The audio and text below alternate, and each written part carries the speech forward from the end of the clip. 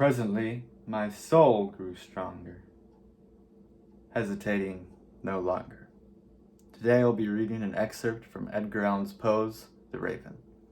It's one of my personal favorites, if not the favorite, for the reason of its artistic ability and its impression on the artwork and the respect to its form. Hopefully it can inspire you as much as it inspired me. Open here I flung the shutter, when with many a flirt and flutter in there stepped a stately raven of the saintly days of yore. Not the least obeisance made he, not a minute stopped or stayed he, but with a mien of lord or lady perched above my chamber door, perched upon a bust of Pallas just above my chamber door, perched and sat, and nothing more. Then this ebony bird beguiling my sad fancy into smiling, by the grave and stern decorum of the countenance it wore. Though thy crest be shorn and shaven, thou, I said, art sure no craven, ghastly grim and ancient raven, wandering from the nightly shore. Tell me what thy lordly name is on this night's Plutonian shore. Quoth the raven, nevermore.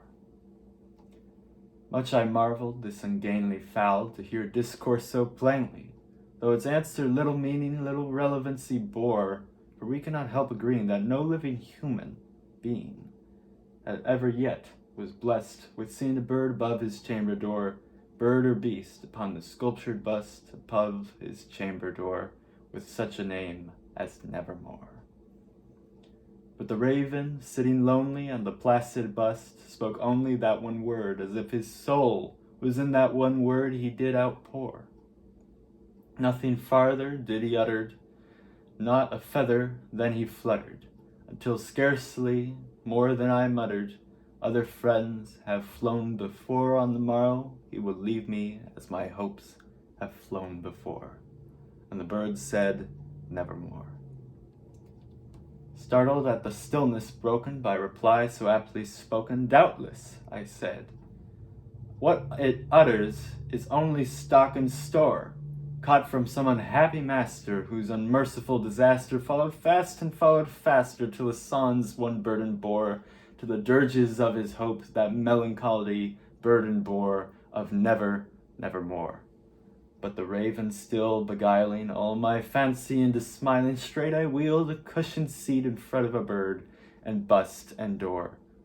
Then upon the velvet sinking I betook myself to thinking, fancy into fancy, thinking what this ominous bird of yore, what this grim, ungainly, ghastly, gaunt, and ominous bird of yore meant in croaking nevermore.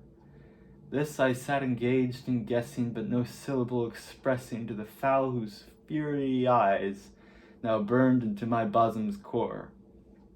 This and more I sat divining, with my head at ease reclining on the cushion's velvet lining that lamplight gloated o'er, but whose velvet violet lining with the lamplight glowing o'er shall she press, nevermore. Then methought the air grew denser, perfumed from an unseen censer, swung by seraphim, whose footfalls tinkled at the tufted floor. Wretch, I cried, thy God hath lent thee, by these angels hath he sent thee respite, and nepenthe from thy memories of Lenore. Quaff, oh quaff this kind of repentance, forget this lost Lenore. Quoth the raven, nevermore. Prophet, I said, fiend of evil, prophet still, if bird or devil.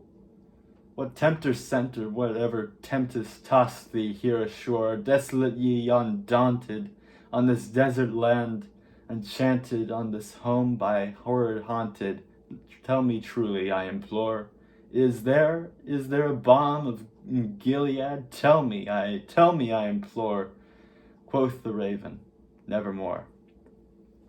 Prophet, fiend of evil, prophet still, if bird or devil, by that heaven that bends above us, by that God we both adore, tell this soul, with sorrow laden, if within the distant Aiden it shall clasp a sainted maiden from the angels named Lenore. Clasp a rare and radiant maiden who the angels named Lenore. Quoth the raven, nevermore.